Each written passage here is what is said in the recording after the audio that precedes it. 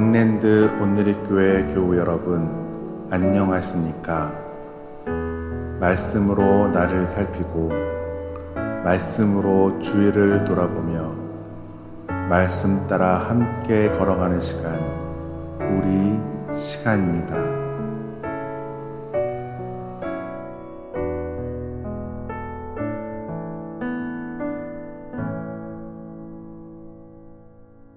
네, 10월 5일 화요일입니다. 하나님 말씀 묵상하러 나오셨을 텐데 우리 기도하고 시작하도록 하겠습니다. 다 같이 기도하겠습니다. 하나님 감사합니다. 오늘도 주님 말씀 앞에 나왔습니다. 새벽에 나와서 말씀을 들으시든 또 하루가 가기 전에 또 말씀 앞에 나오시든 하나님의 말씀을 매일매일 우리가 듣고 묵상하는 그런 시간을 허락해 주심에 감사드립니다. 오늘도 말씀을 묵상하면서 하나님의 음성에 귀를 기울이고 그래서 하나님께서 주시는 말씀으로 살아갈 수 있도록 은혜를 베풀어 주시옵소서. 늘 이 시간을 사모하는 또 우리 사랑하는 성도들을 일일이 기억해 주시고 말씀 붙잡고 살아가면서 하나님과 함께 동행하는 그런 귀하고 복된 인생으로 인도하여 주시옵소서. 감사드리며 예수 그리스도 이름으로 기도드립니다. 아멘. 오늘 주신 말씀 욥기 3장 1절에서 10절입니다. 생명의 삶 필요하신 분들은 교회에 있습니다. 늦게 들어왔기 때문에 아직 구입을 못 하셨을 텐데 혹시 필요하신 분들은 교회 사무실에 오시면은 가져갈 수 있습니다. 네. 3장 1절에서 10절 같이 읽도록 하겠습니다. 그 후에 욥이 입을 열어 자기의 생일을 저주하니라.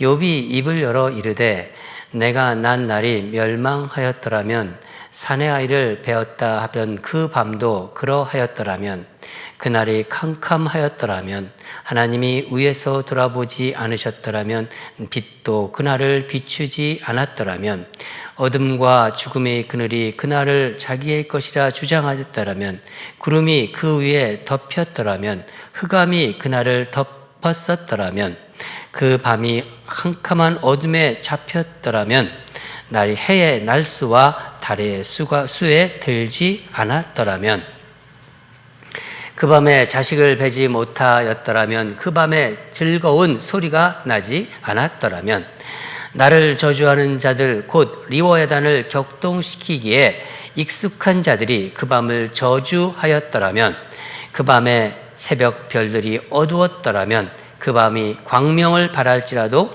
얻지 못하며 동틈을 보지 못하였더라면 좋았을 것을. 이는 내 모태의 문을 닫지 아니하여 내 눈으로 환난을 보게 하였음이로구나. 아멘. 네, 오늘 말씀 제목은 탄식 속에서 만나는 하나님입니다. 우리가 탄식하지 않습니까? 탄식 속에서 만나는 하나님. 욥기 1장 2절을 보면은 하나님은 그러니까 1장과 2장이죠. 잘못 말씀드렸습니까? 1장과 2장을 보면은 하나님은 3번씩이나 욥을 자랑하셨어요. 한번 말씀을 제가 읽어드리겠습니다. 1장 1절을 보면은 우스 땅에 욥이라 불리는 사람이 있었는데 그 사람은 온전하고 정직하여 하나님을 경외하며 악에서 떠난 자라. 온전하고 정직하며 하나님을 경외했다. 악에서 떠난 자다. 또 1장 8절을 보면은 여호와께서 사탄에게 이르시되 내가 내 종 욥을 주의하여 보았느냐. 그와 같이 온전하고 정직하여 하나님을 경외하며 악에서 떠난 자는 세상에 없느니라. 이 두 번째 칭찬은 하나님께서 사탄 앞에서 자랑하신 거예요. 욥을 자랑하신 거예요. 얼마나 정말 개인적으로 정말 인간이 얻을 수 있는 어떤 최고의 칭찬입니다. 하나님부터. 어제 월요일 본문 2장 3절에도 1장 8절과 동일하게 하나님께서 칭찬하셨습니다. 여러분, 지난 제가 토요일에도 말씀드린 것처럼 이런 칭찬을 받은 성경의 인물은 정말 드물어요. 아마 최고의 칭찬일 거라고 생각합니다. 그러자 이제 사탄이 반문하잖아요. 사탄이 욥이 하나님을 경외하는 이유가 욥에게 넘치는 복을 주셨기 때문이지 뭐 이유 없이 까닭 없이 하나님을 경외하지는 않을 것이다. 그렇게 반문하죠. 예. 그러면서 하나님한테 요청합니다. 욥에게 주신 복을 거두어 보시라고, 울타리를 제거해 보시라고. 그래서 하나님께서 그것을 허락하셨습니다. 그래서 욥은 순식간에 자녀들도 한꺼번에 잃게 되고 그 많던 재산 다 이제 뺏기고 없어집니다.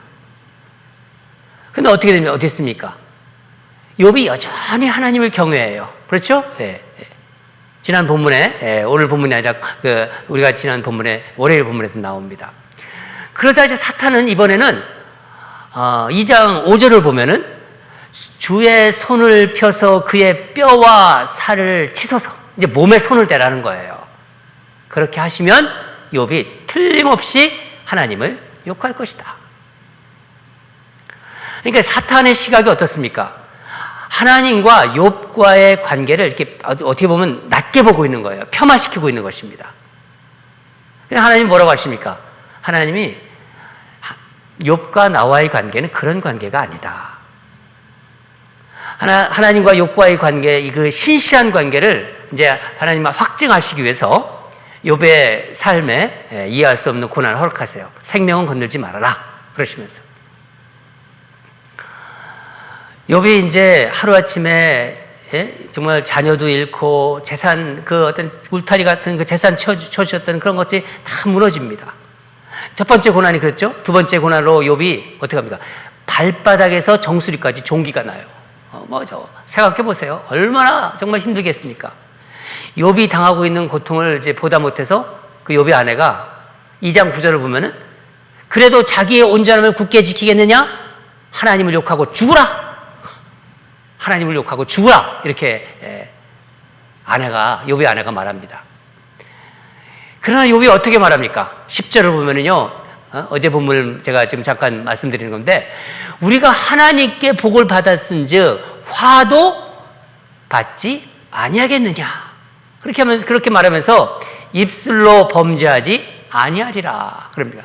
내가 내 입술로 하나님을 욕하지 않겠다는 거예요. 그때 이제 욥의 친구들이 이 소식을 듣고 이제 욥이 이제 고통받는 그 얘기를 듣고서 욥을 위로하러 이제 세 친구가 오죠.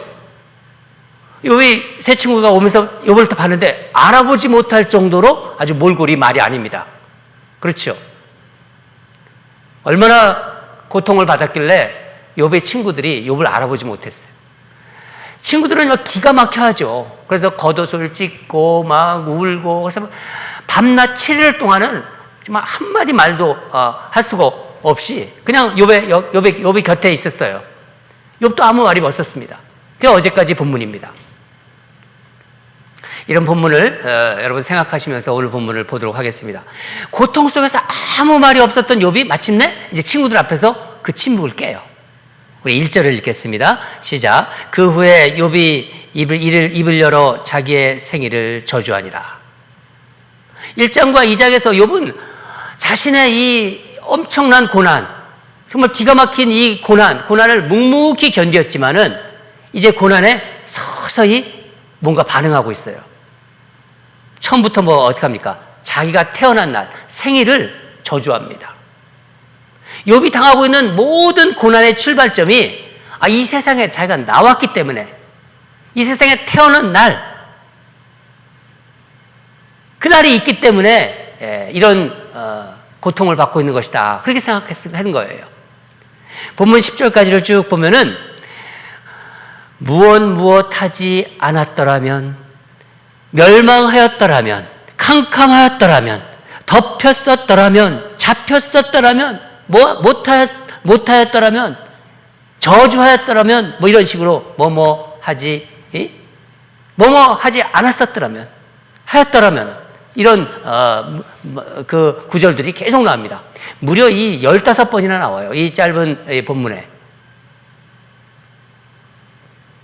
3절을 보면은 자신이 태어난 날이 없었더라면, 그러니까 어머니 뱃속에서 잉태된 날이 없었더라면 그렇게 나오죠. 그러니까 이 3절을 보면은 욥이 자기가 태어난 날을 그 생일을 저주하고 있는 거예요. 4절에서 어떻게 합니까? 그날 밤이 캄캄하였다면, 즉 세상이 밝지 않고 빛이 있지 않고, 그러니까 빛이 있는 게 아니라 어둠 속에 있기를 바라는 것입니다. 사실 이 말은 창세기 1장 3절 빛이 있으라, 하나님께서 빛이 있으라고 말씀하셨죠. 이 하나님의 창조의 말씀을 정면으로 이렇게 거기에 이제 대체하는 거예요. 정면으로 그것을 이제 뭐라고 할까요? 대응하는 거죠. 5절과 6절을 보면은 세상이 어둠 속에 있기를 바라는 마음, 그것을 소망합니다. 하나님이 창조하신 세상이 어둠에서 빛으로 가는 게 아니라, 어둠에서 혼돈에서 질서를 잡아서 그 빛으로 가는 게 아니라 빛에서 어둠으로 역행되기를 바라면서 탄식하고 있는 거예요. 얼마나 고통이 심했길래. 여러분, 이런 겁니다. 여러분, 차라리 어둠과 무질서가 지배하는 세상이 되었다면 자신이 이렇게 고통당할 근거와 이유가 없을 것이다. 그렇게 지금 말하고 있는 것입니다. 7절부터 9절에서 욥은 자신이 이제 어머니 뱃속에 잉태하잖아요. 잉태되고 태어난 날을 다시 한번 구체적으로 저주합니다. 일반적으로 사람들이요, 생각해 보세요. 자신이 태어난 날, 생일을요, 복된 날이라고 생각하잖아요. 그렇죠? 네. 그러나 욥에게는 가장 고통스러운 날이 되었다는 것입니다. 7절 보면은요, 그날, 그 밤에 자신이 잉태되지 않았다면, 그 밤에 기쁨의 소리가 없었다면, 이렇게 고통을 당하는 현실이 없었을 것이다. 8절, 차라리 리워야단. 이 리워야단은 어떤 그 성경에 나오는 어떤 그 창조 질서를 파괴하는 그런 존재예요. 어떤 괴물이라고 볼 수 있는데, 이 리워야단이 하나님의 창조 질서를 파괴하기를 바라는 거예요. 오히려 9절, 밤이 되고 아침이 되는 일이 없었다면, 밤이 오면 다 아침이 와야 하잖아요. 아예 밤으로 계속 갔으면. 그래서 어둠이 계속해서 지배했었다면 차라리 그게 좋았을 것이다. 욥은 이렇게 세상이 생명체가 살 수 없는 무질서의 세계로 그런 세상이 되었으면 하는 마음이 있었던 거예요. 그렇게 고백하고 있는 거예요. 그 고통 속에서. 욥은 이 세상의 창조가 자신의 존재와 고통의 시작으로 보고 있는 거예요. 세상을 창조한 것이 고통이 시작이 됐다. 그렇게 보고 있는 것입니다. 결국 이 세상에 자신이 태어나서 이 고통을 당하고 있다고 절절하게 탄식하고 있는 것입니다. 마지막으로 10절을 읽겠습니다. 10절. 이는 내 모태의 문을 닫지 아니하여 내 눈으로 환난을 보게 하였음이로구나. 내가 모태에서 나와 이 고난이 시작되었다. 그 말입니다. 여러분, 고통은 생명이 있기 때문에 느끼는 거예요. 생명 위에 고통이 있는 거예요. 생명 위에. 고통을 당하는 자에게 이 살아서 숨 쉰다는 것은요, 그 자체가 괴로움일 수 있습니다. 욥은 생일과 그가 만들어진 밤과 그 생일을 저주하고 있지만 이 고난의 책임은 누구겠느냐? 바로 생명을 주시고 태어나게 하신 하나님에게 있다고 생각하고 있는 것입니다. 그런데 좀 여러분 한번 이 본문을 쭉 보시면서 지금까지 왔던 본문을 한번 생각해요. 좀 이 욥을 보면서 혼란스럽죠? 1장과 2장에서는 욥이 극심한 고통 가운데도 어떻게 했습니까? 하나님을 경외했어요. 잘 인내했습니다. 1장 21절을 보면요, 내가 모태에서 알몸으로 나와 싸운즉 또한 알몸이 그리로 돌아갈지라. 주신 이도 여호와시요 거두신 이도 여호와시니 여호와의 이름이 찬송을 받으실지니라. 그렇게 말하고 있어요. 2장 10절을 보면은 우리가 하나님께 복을 받았은즉, 욥이 아내에게 그렇게 얘기하는 거예요. 차라리 죽으라고 얘기했을 때, 하나님을 욕하고 죽이라, 하나님을 저주하고 죽이라, 이렇게 얘기했을 때 욥이 말합니다. 우리가 하나님께 복을 받았은즉 화도 받지 않겠느냐. 이런 정말 신앙적인 고백을 했던 욥입니다. 그런데 지금 어떻게 해요? 자신의 출생을 지금 저주하고 있는 거예요. 여러분, 지금 이 욥이 이렇게 말하고 했는데 이게 어느 것이 진짜 욥인가요? 여러분들은 어떻게 생각하세요? 둘 다 욥이에요. 둘 다 욥입니다. 여러분, 여기서 우리는 욥의 그 아주 절망스러운 침묵, 그러니까 욥의 어떤 계속해서 침묵했었거든요. 이 침묵 속에서 터뜨린 이 탄식 그 가운데서 우리가 이 땅을 살아가면서 만나는 정말 모진 고통이 있잖아요. 이 어떤 육체적인 고통, 정신적인 고통, 여러 가지 고통, 이게 어떻게 이것을 대해야 되는지를 우리는 생각해 볼 수 있습니다. 살아가면서 우리가 만나는 고통에 우리는 어떻게 보면 솔직하게 인정해야 돼요. 욥이 자기 생일을 저주한 것처럼 내 부모를 지금 저주한다거나 하나님을 저주한 것은 아니에요. 그걸 우리는 분명히 알아야 합니다. 욥은 고난을 당하니까 처음에는 그가 살아온 신앙대로 어떤 관습적인 그 신앙으로 그대로 표현한 거예요. 1장과 2장에서는. 그러나 점차 이 고통이 심해집니다. 시간이 지나면서 자신에게 무슨 일이 일어났다는 걸 아는 거예요. 자신의 내면에 솔직하게 욥은 반응하고 있습니다. 지금 당하고 있는 고통을 그냥 그대로 인정하는 거예요. 고난을 정직하게 인정하고 그대로 그 가슴 속에 나오는 그 고통의 비명을 그냥 탄식합니다. 탄식으로 노래합니다. 탄식으로 올려드리는 거죠. 그러니까 고통을 욥이 정말 모진 고통을 견디지 못하고 탄식하고 있는 것입니다. 저는 욥의 탄식을 묵상하는 가운데 지난번에 우리가 에레미야 묵상하지 않았습니까? 에레미야가 정말 탄식했잖아요. 눈물의 선지자. 에레미야는 이스라엘에 지금 임할 하나님의 심판을 다 알고 있는 거예요. 근데 그거 전혀 모르고 있잖아요, 백성들이. 그래서 그것을 절망하면서 낙심하고 눈물로 막 탄식했습니다. 에레미야 20장 18절 보면은 어찌하여 내가 태에서 나와서 고생과 슬픔을 보며 나를 부끄러움으로 보내는 고 아니라. 비슷하지 않습니까? 또 자식을 부림이라 그 자식을 기다리는 안나가 막 하나님 앞에 절절하게 탄식하는 그 모습도 생각이 났습니다. 그러니까 에레미야, 안나 모두 그들의 정말 절망과 낙심을 그냥 있는 그대로 표현했습니다. 다 하나님을 믿는 사람들입니다. 온전한 신앙을 가지고 있는 사람들이에요. 그렇지만은 하나님께 그대로 그 고통을 탄식했다는 거예요. 여러분, 우리도 인생을 살아가면서 수많은 고난과 고통을 만납니다. 제가 목회를 하면서 그런 성도들을 많이 봤어요. 사랑하는 사람을 먼저 보냅니다. 정말 이게 처음에는 무슨 일이 일어나는지 잘 몰라요. 점점 이제 알게 됩니다. 그러면서 고통의 속으로 들어갑니다. 갑자기 막 재산도 뺏기게 되고 재산도 정말 파산이 돼서 잃어버리기도 합니다.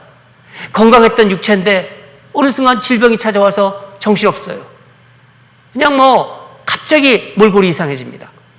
여러분, 이런 고난이 찾아오면요, 내가 신앙이 있다고 해서 이렇게 어떤 관습적인 신앙으로 하나님을 또 경외할 수도 있겠죠. 그렇지만요, 그게 그렇게 처음에는 나오지만 나중에는 그 고통 속에서 그냥 하나님 앞에서 그 고통에 정직하게 직면하게 되는 거예요.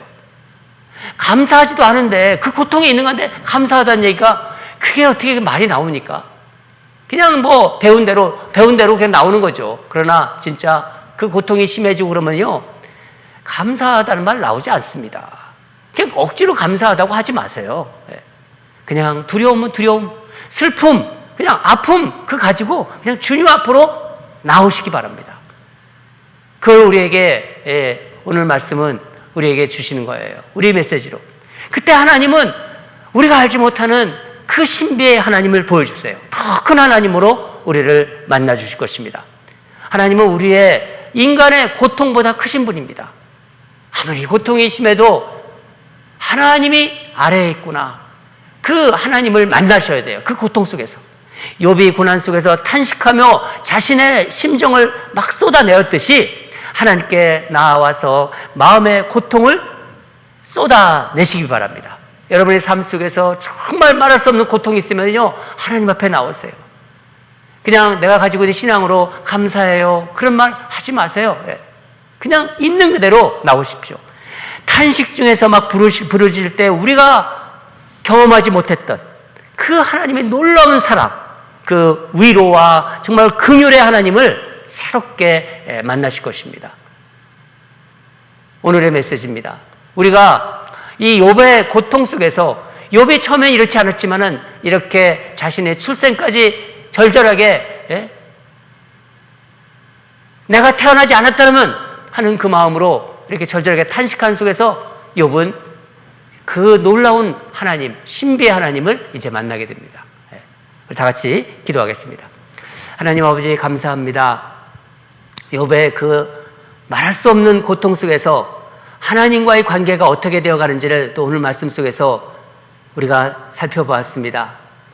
여러분 우리 인생이 참으로 고통이 많을 때가 있습니다. 우리가 배운 어떤 관습적인 신앙으로 그저 감사하고 그런 어떤 의례적인 그런 어떤 신앙으로 살아가는 것이 아니라 정말 내 마음 솔직히 힘들면 힘들다, 고통스러우면 고통스럽다, 죽을 것 같으면 죽을 것 같다, 그것을 하나님 앞에서 절절하게 나눌 때 놀라우신 하나님의 그 위로와 그 긍휼과 그 신비의 하나님을 새롭게 경험할 것입니다. 우리가 힘들 때 하나님이 함께 계신다는 것을 우리가 오늘도 알고 그 주님과 함께 또 살아가는 그런 하루로 인도하여 주시옵소서. 감사드리며 예수님으로 기도드립니다. 아멘. 계속해서 기도하겠습니다. 우리의 신앙이 나도 모르게 어떤 관습적인 신앙에 물들 수가 있어요. 그 관습적인 신앙을 탈피해서 정말 고통스럽으면 정말 아프다, 힘들다, 하나님 앞에서 그 고통에 정직하게 대면하고 그대로 주님 앞에 표현하게 하소서. 나오는 대로 주님 앞에 그냥 고백하게 하소서. 인간의 고통에 한없는 그 피난처가 되시는 주님을 정말 진하게 경험하는 우리가 되게 해달라고. 고통스러울 때 하나님 앞에 내가 그대로 나와서 하나님의 그 놀라우신 그 위로와 그 긍휼과 그 신비를 체험하게 해달라고. 그럴 때 우리의 어떤 삶의 지평이 넓어진다고 했잖아요. 더 새로운 세계로 들어간다고 했잖아요. 그게 또 또한 우리에게는 또 다른 어떤 큰 축복이 될 수 있는 것입니다. 우리 다 같이 또 그렇게 기도하고요. 두 번째는 우리 사랑하는 우리 있는 성도들 위해서 기도합니다. 우리 상을 당하신 우리 임재인 집사님, 정말 캄캄하고 마음이 무너지고 멍멍하고 이게 무슨 일이 일어났나 하는 그런 마음으로 정말 힘들 것입니다. 우리 임재인 집사님, 우리 귀한 우리 이 여종을 하나님 붙잡아 주시고 하늘에 정말 놀라우신 위로로 치유해 달라고, 그리고 하나님 위로해 달라고, 하나님이 위로해 주셔야 됩니다. 인간의 말보다는 하나님께서 특별히 위로해 달라고 우리 기도하고요. 우리 정윤회 장로님, 정유경 집사님, 또 정주국 집사님 위해서 기도하겠습니다. 다 같이 기도하겠습니다. 하나님 아버지 감사합니다.